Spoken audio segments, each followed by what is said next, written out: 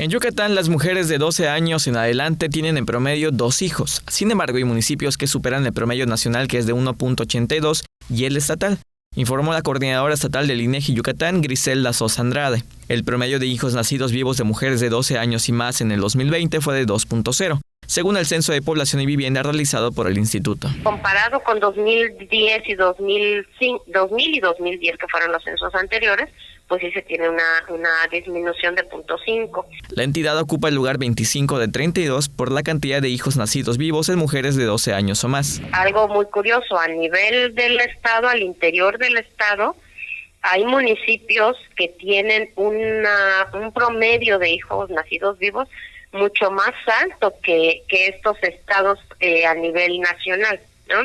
Por ejemplo, Tasyu, Yaxcabá, Cantamayeg y Teya tienen el 2.8, ¿no? Siendo que Yucatán, el estado, tiene el 2.0. Guerrero y Zacatecas tiene mayor cantidad de hijos nacidos vivos de mujeres de 12 años y más, con 2.5. César Gómez, Teleyucatán te informa. Teleyucatán te informa.